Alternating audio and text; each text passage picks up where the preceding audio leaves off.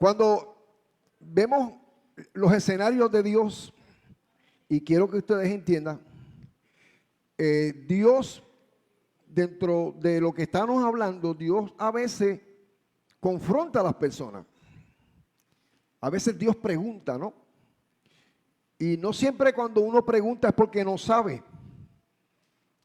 A veces uno pregunta porque sabe. Cuando una persona es interrogada por la policía, pues ya la policía sabe que la persona está en situaciones y lo que quiere es una confesión. Y eso se logra gracias a una interrogación. Cuando la esposa de uno le pregunta cosas, ya sabe la contestación. Eso no se puede equivocar. Así que tenga cuidado como usted le contesta a su esposa. Porque a veces los no son sí y los sí son no. Pero Dios no juega ese jueguito.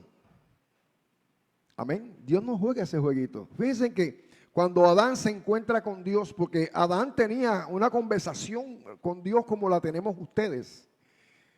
Y era a la hora de la tarde. Dice que a la hora de la tarde, Dios y Adán se reunían y tenían conversaciones en el huerto del Edén. Cuando el hombre fracasa y peca, pues hace como los nenes chiquitos. Y de esto las mamás saben que cuando el nene hace algo malo, pues no es, la madre lo llama y está escondido. Cuando mi hija era bebé, Misraim, ella sacaba todas las joyas, los trastes y se escondía en el fregadero. Y era fácil encontrarla porque sabíamos que estaban todas las joyas y los trastes y sabemos que estaba la nena ahí o se escondía bajo la cama. Desgraciadamente para Adán no había dónde esconderse. Y cuando Dios va a la cita donde siempre se encontraba con Adán, y es importante que usted cuando tenga un momento con Dios tenga su lugar. ¿Ve? La Biblia dice que nos escondemos en nuestro cuarto, ¿no? Y ese cuarto se convierte en un cuarto de guerra. Entonces, cuando Dios busca a Adán, no lo encuentra donde debía estar. Y Dios le dice a Adán, ¿dónde estás tú? Adán, ¿dónde estás tú? No era que Dios no sabía, Dios sabía. Entonces Adán, como un nene chiquito, se esconde de Dios. Y cuando Dios le dice, ¿dónde estás tú? Me imagino que Adán levanta la mano asustado. Es que tuve miedo. ¿Y por qué tuviste miedo? Porque me encontré que estaba desnudo. ¿Y quién te dijo que tú estabas desnudo? Y empieza la conversación que ya Dios sabía. Porque cuando Adán viene a donde Dios, ya Dios sabía. Dios tenía el plan ya. No es ni el plan A ni el plan B, es el plan de Dios. Y se confronta a la serpiente y se confronta a la mujer y Dios para todos tenía la contestación. Porque, como dije, Dios es un Dios de propósitos. Tenemos el caso de otro hombre y se llama Ezequiel. Dios llama a Ezequiel, lo manda al cementerio en una visión. Las cosas de Dios son así. Dice la Biblia que Ezequiel fue en visión a un valle de huesos secos y establece secos en gran manera. O sea, no eran color bone white, eran huesos grises, porque los huesos cuando se ponen viejos, el color cambia a gris y se agrieta. Y viene Ezequiel y camina por aquel valle lleno de huesos secos. Y Dios le pregunta al profeta, hijo de hombre, ¿vivirán estos huesos? Y Ezequiel le contesta como le contestaría yo, como le contestaría Ana y la pastora. Fernando, Señor, tú lo sabes. Señor, tú lo sabes. Las preguntas de Dios son así, porque Dios quiere saber lo que tú vas a contestar. Amén. Hay otro profeta llamado Elías. Y a mí me encanta Elías. A mí me fascina Elías. Porque Elías aparece como las películas estas de vaquero, que hacen muchos escenarios, matan a 3 en la cantina. Y al final, a la mitad de la película, se abre la puerta y el hombre con el sombrero, John Wayne, Clint Eastwood. Y tú dices, llegó el muchacho de la película a mitad de escena. Y así aparece Elías. Estaba el rey Acab montando su show y abusando del pueblo, pero detrás de Acab, porque acá estaba, como dicen aquí en Puerto Rico, estaba en el baúl, porque la que mandaba allí era Jezabel. Y todo lo que Jezabel quería lo lograba. Y usaba a la pantomima, a la marioneta llamada Acab. Y aparece Elías. Y se convierte en meteorólogo. De aquí a 3 años no va a llover porque yo lo digo. Y desaparece. Y desaparece al extremo que desaparece Elías y desaparece la lluvia. Y se crea una crisis porque la gente está buscando agua. Y después aparece Elías. Y le dice a Acab, vamos a hacer la prueba. El Dios que conteste con fuego. Hoy en día, los predicadores de fuego no se atreven a hacer ese convenio. O sea, los profetas esos locos que hay por ahí por Facebook, no se atreven a hacer eso. Vamos a ver el Dios que conteste con fuego se va a hacer. Y tanto que se habla en los altares de fuego, pero no se atreven a lanzar el reto del Dios que conteste con fuego. Eso lo hizo Elías. Y Elías dijo, el Dios que conteste con fuego va a ser Dios. Y era uno contra la mayoría. Y Elías se enfrenta a 450 profetas de Baal y 400 profetas de Acera. Y se forma un titingo allí. Allí vienen las danzas y la gente brincando y saltando. Y Elías se mofa de los profetas y baja fuego de... Ustedes conocen la historia. Primera de Reyes, capítulo 19, para los que apuntan. Y Elías de momento se siente tan bendecido hasta que viene Jezabel en escena. Jezabel era brava. Díganle al profeta Elías que así como me mató a los profetas, así como me degolló a los profetas, su cabeza va a estar tirada en el piso. Voy a matar al profeta.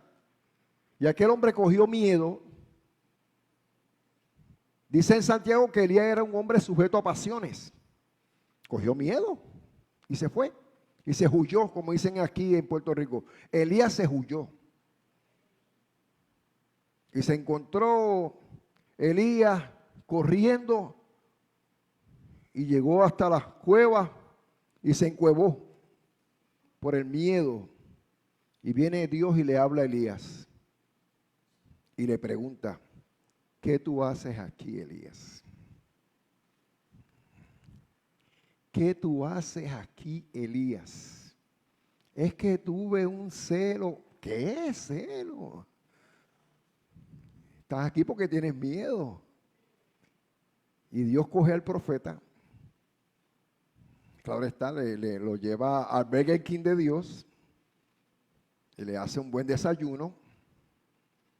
Le dice, Elías, camina porque el largo camino te resta. Ya yo he escuchado tantos mensajes de largo camino te resta.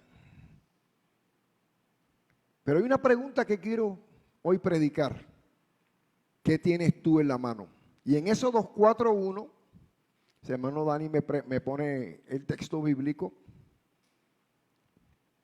Éxodo 4:1. Estamos en la machinita de los textos. Dice así. No, Éxodo 4:1. Ok, está bien. Dios sorprende a Moisés a hacerle una pregunta, pero quiero decirles que la gente tiene un mal concepto de Moisés. Moisés fue criado en la sabiduría de los egipcios, los que hicieron las pirámides. Moisés sabía leer, Moisés sabía escribir. Los primeros 5 libros fueron escritos por Moisés. Ok, vamos a hablar ahí. Moisés, cuando supo que era judío, quiso hacer la obra que él quiso hacer, quiso libertar al pueblo. Y usted sabe la historia. Pasados 40 años, ya Moisés estaba viejito. Quizás unos 70, casi 80 años. Pero Moisés tiene una mente logística. Y dentro de una mente científica, Moisés ve una zarza que arde y no se consume. Química, ciencia, biología, física, usted pueda buscar. Es imposible que si yo le prendo fuego a esta silla, esa silla se consume y lo que queda es el metal, pero no el caso del fuego de Dios. Aquella salsa estaba ardiendo y aquella salsa no se estaba consumiendo. Y eso en la mente científica de Moisés, digo, esto no tiene lógica. Y fue a ver, como dice el corito, por qué la salsa ardía y no se consumía. Y Moisés se encuentra con Jehová de los ejércitos. Tan pronto él quiere acercarse, lo frena a Dios y le dice, quítate la sandalia de tus pies, porque el lugar que pisa es santo. Yo te he escogido para que lleves a mi pueblo y lo saques de la cautividad. Y la excusa primero fue, usted hay un personaje en la televisión que es Gago, y perdónenme las personas, pero es un personaje que es tartamudo. Y ese era el problema de Moisés. Moisés era tartamudo. Como Dios me va. No estoy ofendiendo, estoy diciendo más o menos cómo se encontraría Moisés con Dios. Aparte que si yo me encuentro con Dios, yo también me pongo tartamudo. Esa sería mi reacción. Y Dios le dice a Moisés, ¿qué es eso que tú tienes en la mano? Moisés fue a encontrarse con Dios con la vara que él tenía, porque él era ¿qué? Él era pastor. Pareciera que simplemente era una vara, pero ese instrumento pastoril, el cual Moisés lo usaba como callado para protegerse, si venía un animal, se convertía en un bate, se había que coger y subir, servía como bastón. Y esa vara, que no le pertenecía, era de su suegro Yetro. Hasta ese momento no tenía ninguna importancia que no sea la de usarse en el escenario pastoril. Pero esa vara se convierte en un instrumento tan poderoso en las manos de Dios, utilizando ¿a quién? A Moisés. Los años que Moisés pasó atendiendo a las ovejas no fueron en vano. En esos años, Moisés aprendió a despojarse de la sabiduría que él conoció allá en Egipto para empezar a trabajar en un escenario que quizás no era lo que le correspondía, porque Moisés tenía sirvientes, podía mandar a las personas que hicieran las cosas por él, pero ahora él dependía de él. Y cuando él tenía la autoridad y tenía el cetro en la mano como gobernante de Egipto, no pudo ser usado por Dios. Amén. Aún siendo gobernante y siendo parte de la élite que gobernaba en Egipto, Moisés con la autoridad que tenía no podía libertar al pueblo de Dios. Con una simple varita, hermano. Esa vara de Moisés dividió el Mar Rojo. Esa vara de Moisés golpearía la roca y saldría agua. Esa vara de Moisés, levantada en sus manos, provocó que el pueblo de Israel ganara batallas. En el libro de Éxodo, capítulo 4, 20 y 17, 9, esa vara se le llama la vara de Dios. Amén. Porque no le pertenecía a Moisés. Moisés era el administrador de la varita. Era la vara de Dios. ¿Usted se imagina cuando usted tiene algo y lo pone en las manos de Dios? Cuando usted pone sus talentos. Cuando la hermana Madeline cuando canta, ese talento le pertenece a Dios. Cuando mi hermano Fernando usa sus dones y empieza a tocar él, y nosotros nos sentimos contentos, está usando el instrumento que Dios le dio. Yo tengo un post en mi página donde yo soy rockero, donde está un hombre con una guitarra violentamente tocando un solo de guitarra, una Les Paul, y yo puse: él no es, la guitarra no es el instrumento es el quien toca la guitarra. La diferencia, ¿no? La guitarra puede sonar, pero si el que está detrás de la guitarra es un hombre o una mujer de Dios, aunque suene tremendo punteo, esa música va a impactar. Había una banda de rock llamada Holocausto, no es mi favorita. Ya pronto escucharemos su música en la emisora. Holocausto tocaba como Black Sabbath. Fernando, tocaba como Black Sabbath. Y en Calley, en un concierto, y esto me lo dice Che, que es el guitarrista del grupo, me dice que ellos dieron un concierto en Calley. Y ese día ellos estaban orando en la mañana y ayunando, y cuando él puso el cable de la guitarra y dio el primer boom tocando, 3 hippies locos que estaban allí arrebatados fueron corriendo al frente. Y él dice que no hizo nada, simplemente cayeron al piso, levantaron las manos y queremos que oren por nosotros. Porque el instrumento no era la guitarra. El instrumento estaba detrás de la guitarra. Amén. ¿Qué tienes en la mano? ¿Qué tienes en la mano que Dios lo puede usar?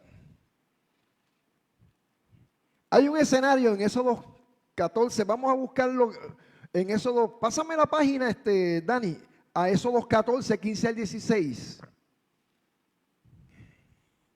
Cuando el faraón, ustedes pueden leer el texto. Cuando Israel sale cuando el pueblo de Dios, el pueblo egipcio, el pueblo judío, no puedo decir Israel porque Israel viene después. Cuando el pueblo judío sale, judío significa extranjero. Cuando el pueblo judío sale de Egipto, gente extraña, oye bien, gente extraña se une. Y esa gente extraña que eran esclavos y cogen pon con el pueblo de Dios y salen para el desierto, eran los que provocaban, y eso se encuentra en Números, eran los que provocaban que Israel se quejara, o que el pueblo de Dios se quejara. Ellos querían comer la comida que se comía en Egipto. Y le dijeron a Moisés: tú nos has traído aquí para que muramos. Entonces, cuando Moisés ve a aquel grupo que estaban quejándose, y cuando mira para atrás, ve a un faraón enfogonado, con el machete en la boca, persiguiendo a Moisés en el desierto. Imagínense en el escenario, hagan la película. Está ese ejército corriendo, está Moisés en el medio, está un pueblo quejándose, asustado, y está el Mar Rojo. Moisés en el medio del sándwich. Moisés en el medio del sándwich. Un ejército que lo quería destruir, un pueblo que se estaba quejando, ¡ay, nos vamos a morir aquí! Y había un Mar Rojo. Y lo lógico y lo sabio es, vamos a orar. Cuando las cosas se ponen mal, hermano, esa es la receta. Vamos a orar. Pero a veces decimos, vamos a orar como un cliché. A veces usamos esa palabra, vamos a orar como un cliché. Hay tiempo de orar y hay tiempo de actuar. Amén. Las almas se pierden. Vamos a orar. Se están suicidando las familias. Hay gente que se está matando dentro de los hogares. Vamos a orar.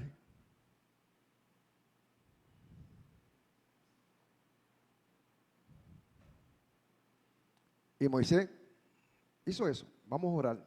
Pero mira lo que le contesta a Dios. Entonces Jehová dijo a Moisés, ¿por qué clamas a mí? Di a los hijos de Israel que marchen. ¿Y tú qué? Alza tu vara y extiende tu mano y sobre el mar y divídelo. Y entre los hijos de Israel por medio del mar seco. Cuando hay instrucciones dadas por Dios, y ya sabemos y tenemos la certeza de Dios, no basta con orar como dice Juan Carlos. No basta solo con cantar. No basta con vestirnos como cristianos. No basta con levantar las manos. Hay que marchar. Hay que marchar. Hay que marchar. Una hermanita había sufrido la pérdida de su hija. Murió. Estaba triste. El momento más triste es cuando tú vas a tu casa y entierras a tu familiar. Cuando caminas por el cuarto de esa persona que ya no va a estar en tu casa. El vacío. Y no hay nadie en tu casa. Estás tú y tu soledad y tu dolor y tu recuerdo. Y esa hermana se arrodilló a llorar y a llorar y a llorar. De momento el cuarto se llena de una luz. Y un ser espiritual llegó a su cuarto. Un ángel la abrazó, la consoló. Le dijo, te voy a enseñar una canción. Y yo se la voy a enseñar a ustedes. Una canción que cantó un ángel. La cogió por las manitas y dijo, te voy a cantar una canción. Vas a cantar, marchando, marchando, marchando, que el rey ya viene. Marchando, marchando, marchando, que el rey ya viene. Caminando yo los quiero, marchando los quiero ver. Caminando yo los quiero, marchando los quiero ver. No te detengas por esto. Que este dolor te sirva para tú seguir y hablando a la gente. Perdiste una hija, pero puedes ganar a muchos para el reino. Así que marchando, marchando. Y esa cancioncita tan sencilla, que ese testimonio lo escuché yo en una iglesia. Y aquella iglesia se llenó. Tú sientes cuando Dios habla, ¿no? Porque Dios te lo da en el corazón. Aquella iglesia empezó a temblar con aquella señora y ese testimonio, marchando, marchando. ¿Me entiendes? No significa que no debamos clamar, porque siempre debemos acudir al Señor. Lo que pasa es que Dios estaba diciéndole a Moisés y asimismo al pueblo de Dios que lo que tienes en la mano, por medio de la fe, lo imposible se hace posible. Porque era imposible tú pararte en medio del mar, decirle, muévete. No, tú vas a partir el mar. Mira las órdenes de Dios. Extiende tu mano sobre el mar y divídelo entre los hijos de Israel por medio del mar seco. ¿Tú crees eso? Moisés ya tenía la experiencia de lo que Dios estaba haciendo y lo que Dios había hecho con aquella varita. Moisés obedeció. Amén. Y el instrumento no era la varita, era lo que estaba detrás de la varita, era la fe de Moisés. Y Moisés dividió el mar rojo y se convirtió en la tumba del rey de Faraón. Porque aquel pueblo, cuando quiso hacer lo mismo, no tenían a Moisés a su lado. Aun cuando el faraón tenía el cetro real, no podía impedir el poder de Dios a través de una varita. Sea su nombre glorificado. En el libro de Hebreos hay muchos nombres, se llaman los héroes de la fe. Usted busca en el libro de Hebreos, capítulo 11.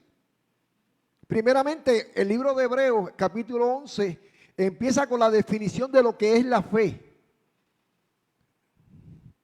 ¿Qué es la fe? La convicción de lo que no se ve, la convicción de lo que se cree. Y estas personas sin manual,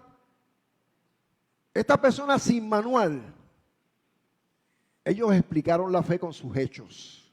Y usted ve por la fe los hechos de las personas en el libro de Hebreos, capítulo 11. Pero cuando yo te hablo de personas que no tienen nombre, de personas que son invisibles a los ojos de los hombres, pero que le creen a un Dios real, las cosas cambian.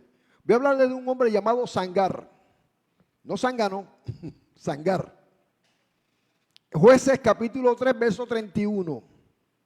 Dice el versículo, después de él, ¿de quién? De Ahot, que era un juez de Israel, Sangar, hijo de Anat, el cual mató a 600 hombres de los filisteos con una quijada de bueyes, salvando a Israel. Sangar en la Biblia casi pasa desapercibido.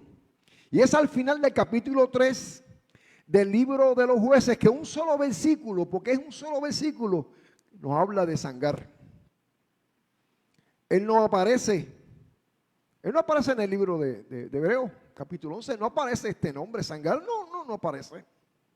Pero en ese solo versículo hay tres cosas que fueron de impacto para este hombre. Primeramente, Sangar obedeció a Dios con todo su corazón. Usó lo que tenía en la mano. Amén. Usó lo que tenía en la mano. Y es importante que usted entienda eso. Se mantuvo fiel, sabiendo quién lo envió. Y Dios lo usó para salvar a Israel. La historia de Sangar, una persona ordinaria, viviendo en un lugar ordinario, haciendo un trabajo ordinario.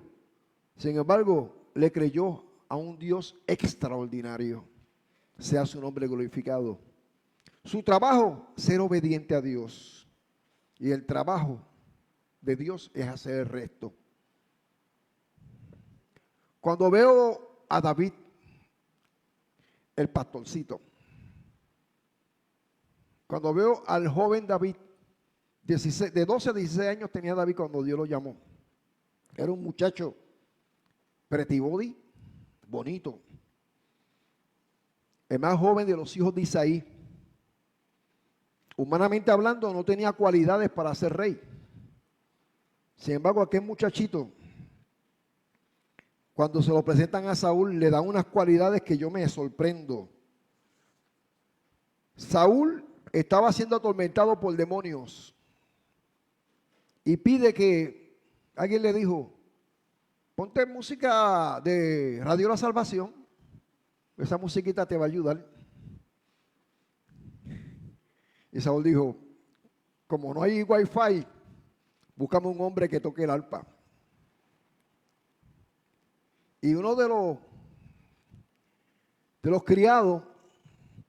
Yo conozco un chamaquito, pero mira que este chamaquito es valiente, vigoroso, hombre de guerra, prudente en sus palabras y hermoso. Y Dios está con él. Samuel 16:8. Y así David fue llevado al servicio del rey porque sabía tocar el arpa. ¿Sabes cuántos salmos David compuso con el arpa? Jehová mi pastor, nada me faltará. En lugares delicados pastos. Es como un autorretrato, ¿no? El Salmo 23, el Salmo del pastor. Pacientemente esperé a Jehová. ¿Y cuántos salmos David tiene? Gracias al arpa. Pero a David se le conoce no por ser un buen músico.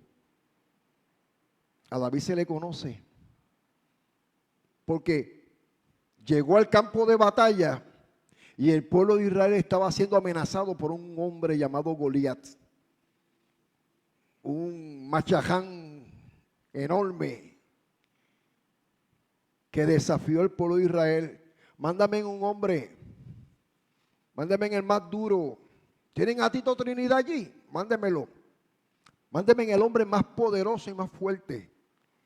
Y mientras Goliat se acercaba para el frente, el pueblo de Israel marchaba para atrás. Y David llegó, me imagino que con su arpa. Y dijo, ¿qué está pasando? ¿Cómo ese hombre incircunciso? Qué valiente, ¿eh? ¿Cómo ese hombre incircunciso se atreve a desafiar a los escuadrones de Dios?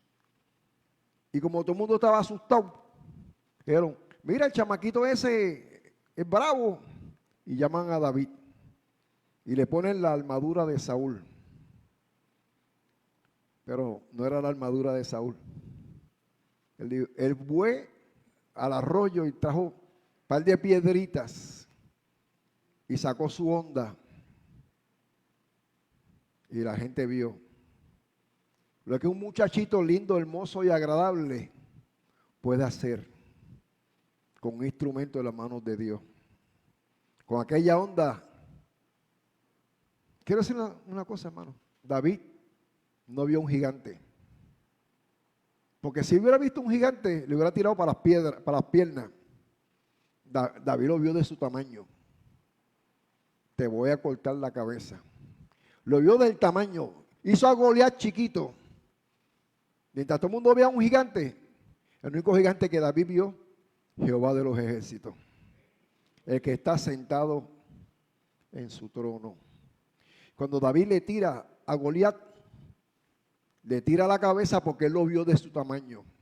Y cuando cayó al piso ya no tenía tamaño ni tenía cabeza, le cortó la cabeza. Cogió la cabeza de Goliat y el pueblo de Israel empezó a adorar a Dios. Porque un niño, jovencito, se atrevió a usar lo que tenía en sus manos. Sea su nombre glorificado.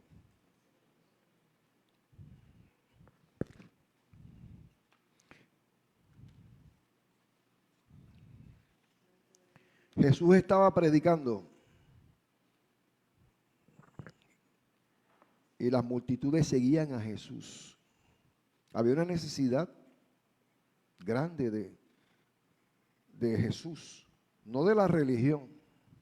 Había una necesidad de Dios. Y la gente dejaba todo y iba a encontrarse con Jesús. Al extremo que cuando Jesús mira, la multitud era grande.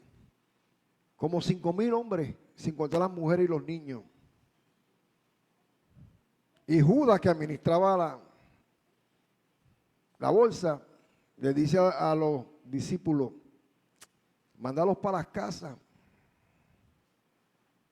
Mándalos para las casas. No da. No hay cama para tanto. Mándalos para las casas. Y se lo dicen a Jesús. Maestro, no hay chavo. No podemos comprar para tanta gente. Y había un niño que había llevado su desayuno. Llevó la merienda. 5 panes y 2 peces. Sardinita. 5 panes y 2 peces. Fue el único que estaba preparado, porque nadie llevó comida. Y el niñito, pensando quizás que Jesús no había comido, está dispuesto a darle a Jesús su desayuno. Y le dicen a Pedro, mira que hay un muchacho que trajo su desayuno, trajo su merienda. 5 panes y 2 peces. Y aquel niñito no sabe. Bueno, volvió para su casa con 12 cestas llenas. Ese día volvió para atrás, multiplicado, porque lo que sobró era de él. Porque él se atrevió a usar lo que tenía en sus manos. En el libro de Zacarías, Dani,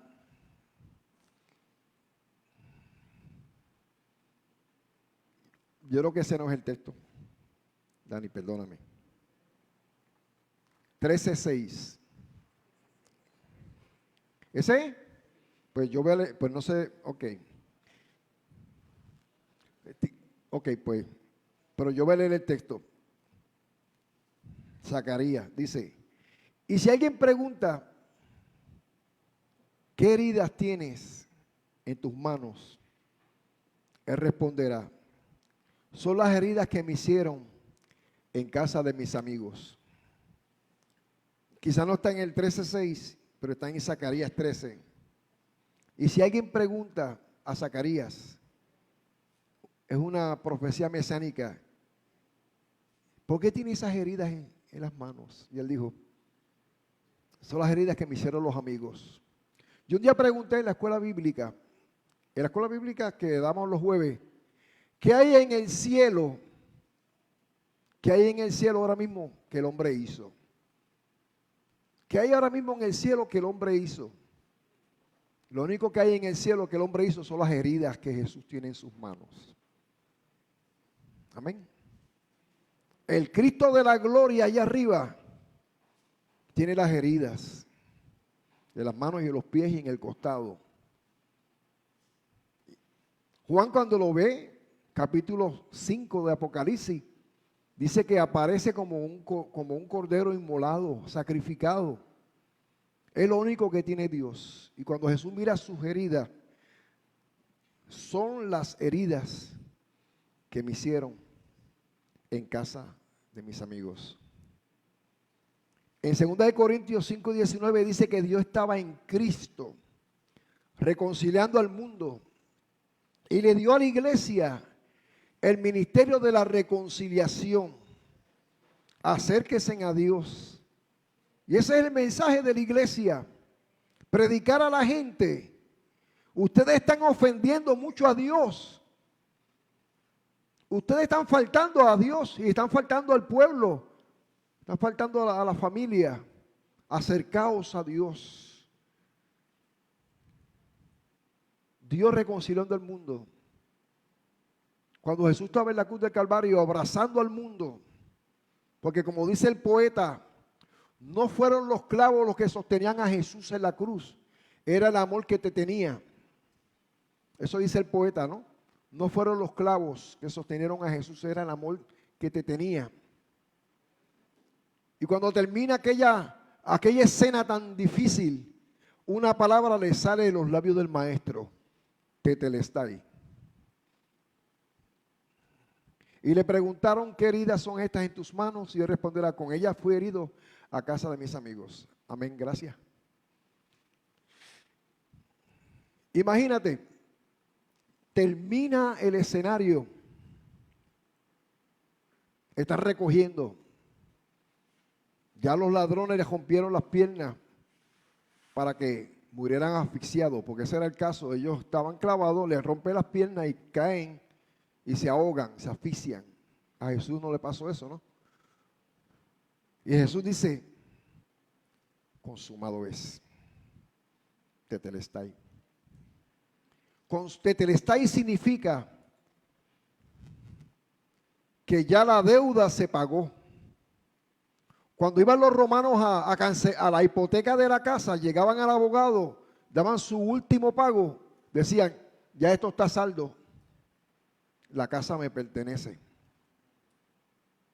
Cualquier convenio que se terminara a su término, tetelestai, ya todo llegó a su término. Y Jesús usó la misma palabra cuando muere en la cruz, cuando entrega su espíritu, porque a nadie le quita la vida. Él entregó su espíritu y dijo, consumado es. Todo está hecho. Todo está hecho. ¿Para qué está hecho? Para que tú y yo hagamos las cosas que hay que hacer con lo que tenemos en las manos. Con lo que tenemos en las manos. En los evangelios vemos a Jesús enseñando.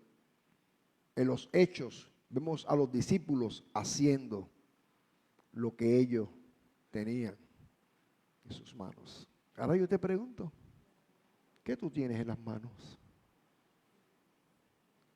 ¿Qué tú puedes usar? ¿Qué Dios puede usar de ti? ¿Qué Dios puede usar de ti? Había una hermana encamada en la iglesia. No podía venir. Estaba encamada. Y las hermanas decían, fulana no viene. ¿Qué está pasando, pastor? Yo voy y la visito. Y siempre que yo voy, ella me dice, ¿quién se convirtió hoy? Fulana se convirtió. Siempre me pregunta, ¿quién se convirtió? Y la hermanita decía, pastor, ya yo me voy para casa. Pero yo creo que usted me diga siempre quién se convirtió el domingo en la iglesia. Cuando le muere la hermanita y recogen su cuerpo, debajo de su almohada había una lista de oración. Y todos los que se estaban convirtiendo, ella tachaba, porque eran personas que ella estaba orando por ellas. No estaba allí, estaba en el trono de Dios, usando lo que usted puede usar cuando no tiene la forma de venir al templo, la oración. Pablo decía a la iglesia, ayúdenme orando. ¿Podemos orar? ¿Podemos repartir tratados? ¿Podemos dar un abrazo? Yo salí por año y medio a evangelizar los moles, Centro del Sur y Plaza del Caribe. Y estaba con la hermana de, la esposa de, estaba Mario Tripari y su esposa. Mario Tripari tocaba. Y su primera grabación o su tercera grabación, Mario Tripari me trae todos los CD. No se los llevó a las tiendas a vender sus CD. Trajo toda su música. Una producción en CD como 15,000 o 20,000 pesos, ¿verdad? Más o menos. Aproximadamente. Él me trae toda su música. Y dice, ¿qué tú haces, Mario? ¿No lo vas a llevar a la emisora? No. ¿No vas a llevarla a donde venden discos? No. Yo la quiero donar a las personas que se conviertan. Había una muchacha que tenía un bus de perfume en Plaza del Caribe. Nunca supe su nombre. Pero Mario puso su teléfono en la carátula del CD.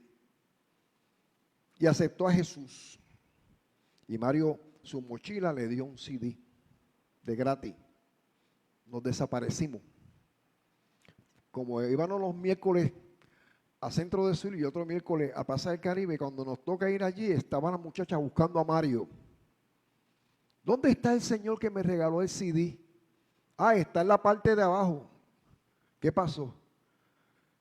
Iba para mi casa, me cogió el tapón, ¿sabes? El tapón de la autopista y me dio. Esa música, a mí no me gusta la música de cuerdas, pero la puse. Y ¿sabes una cosa? Empecé a temblar. Y empecé a llorar. Y sentía a Dios en mi carro. Y cada vez que él cambiaba el dedito a otra canción, esa canción me hablaba. Era como si ese hombre me estaba describiendo en su música. Yo quiero llamarlo porque yo quiero que él ore por mí. Yo quiero aceptar a Jesús. ¿Qué tienes en la mano?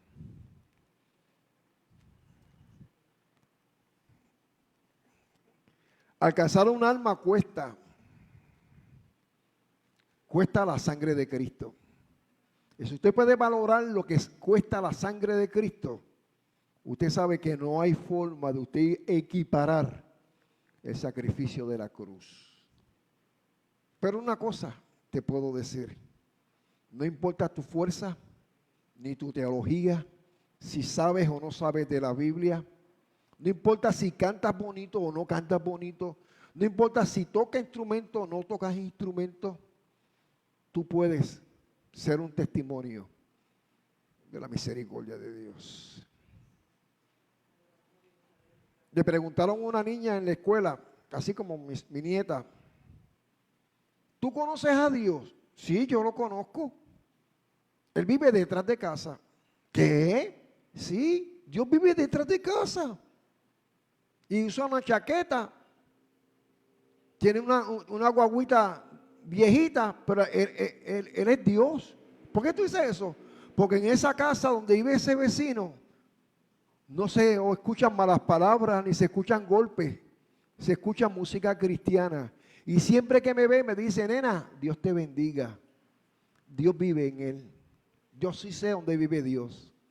Vive en ese Señor.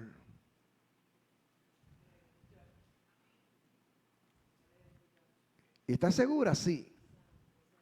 Yo te voy a dar $5 si tú me dices dónde está Dios.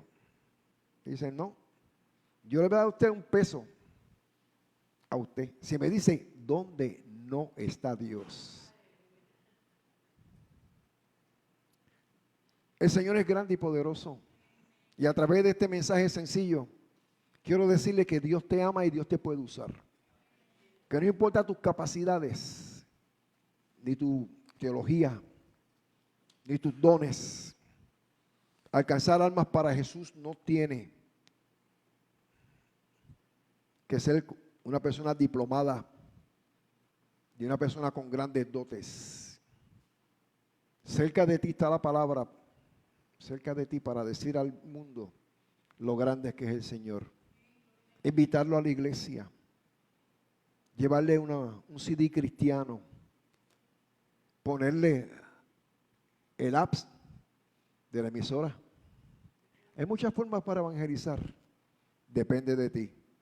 Padre, en el nombre de Jesús te doy la gloria y la honra, porque tú eres un Dios de misericordia y eres un Dios de propósitos. Te pido que a la distancia, todos los que están escuchando y están recibiendo, que tú los bendigas y tú los guardes. Mira, Señor, te pido que tú los llames al conocimiento tuyo, que puedan venir a los pies tuyos y reconocer que tú eres un Dios de amor y de misericordia. Y yo daré la gloria que te pertenece a ti, porque eres el único que lo haces. Gracias, Padre, por este momento. Gracias por darme la forma de yo usarlo en mis manos, en tu nombre. Como dijeron los apóstoles, en tu palabra echaré la red. Dios les bendiga, hermanos, y será hasta la próxima.